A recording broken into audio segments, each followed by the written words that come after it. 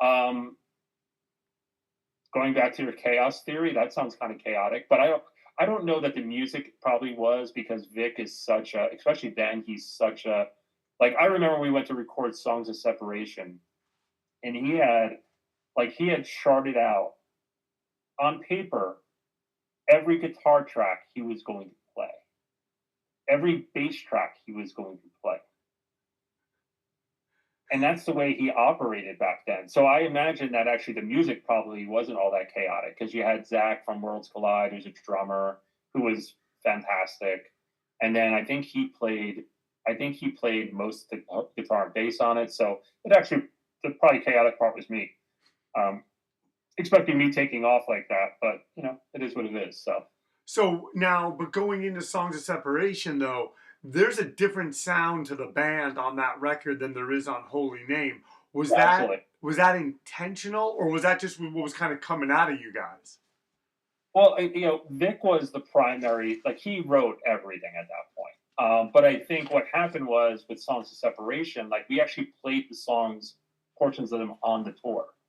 And so, like, we were able to, and really my involvement at that point in terms of the songs was more about, like, hey, let's shorten this part. Let's maybe swap this thing here. Maybe instead of singing it the way that you had thought about it this way, I'm going to do it this way. So, like, it was the base of the songs were his songs, but then I would come in and tweak it. But I think a lot of it was kind of like, all right, like, how does it sound with me and the way that I sing, and really, I think the energy, because it's like, it's one thing to record a record and never play live, and never even play in a room together, because you don't know how to, like, I don't know what the right word is. Like, you don't know how to tap into, like, the energy, the collective energy, when you've never collectively played together. So I think Song Separation, that came off of, we did a 5.5 month long US tour, and came back, and a week later recorded Song Separation. So, like, I think the songs just had morphed, and now all of a sudden, we have gone from, literally, I had never heard the songs. I'm in the studio trying to follow and sing some of the songs, to now we've come off a tour where we've been on the road for 5.5 months. So I think that's just kind of the natural extension. But same thing, like, it was Daly played drums, Vic played all the guitar, all the bass, and I did the vocals. So See, yeah. now, like, honestly, if I could go back in time, I would like to have done like a documentary like 108, the entire story, and because I'm saying that's Rob, I never knew that. Like, I never knew that you did that and then bailed. Like, I honestly, we for Yeah, yeah. yeah, we never, like, Well, that's awesome. it happened actually multiple times. So what happened is, after I made that, I, like, freaked out and just left.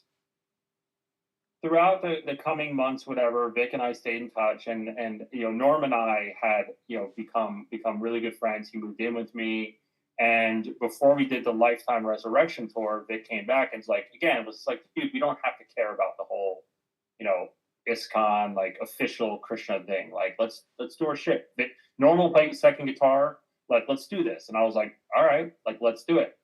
And then I went on that Lifetime Resurrection tour, and we came back, and I think I came back. My dad had sold the house I grew up in, so I came back. I had nowhere to live, so I, like, lived in my car, on people's couches, and did that for a little while.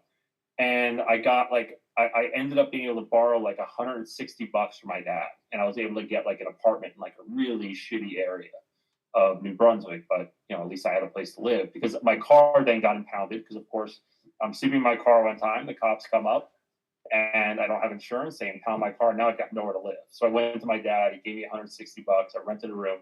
Anyway, this is when now I'm supposed to go out to do the 108 thing, and I just didn't show up. Like, I was going through so much shit. I just couldn't, like, okay, now I'm gonna, I just got off this tour, coming home with no money, you know, had nowhere to live, all this shit, and now I'm gonna go do this again. Like, what the fuck am I doing? But I also wasn't, like, I don't know, like, instead of picking up the phone and saying, hey, Vic, like, here's what's going on, I can't do it. Like, I just didn't show up. And so, like, anyway, they played a show. And then the second show I showed up, but it wasn't to play with them, it was just to like talk to them, be like, hey, I'm sorry, but here's what's going on. And I ended up hanging out with them for a few days, and it just, Vic was singing, there were, Norm was playing guitar, Tony was playing bass, and Zach from Worlds Collide was playing drums, and it just wasn't working like that. So, they broke up the band, and Vic moved to India. And then, midway through that, whatever, not even a year later, Steve Reddy called me. He had bought Equal Vision from Ray Capo, and he called me. He's like, look, like, you're fucking singing in 108. Like, we're gonna go on a tour, and this is gonna be awesome. And it was funny, he connected me with Vic, and I think part of what we had to settle was I had, this what's the word I'm looking for? I had Ray Capo and I had some issues with each other. And the problem was, like, they want to do this tour, but it's gonna be with Shelter, and I'm like, that's not gonna work.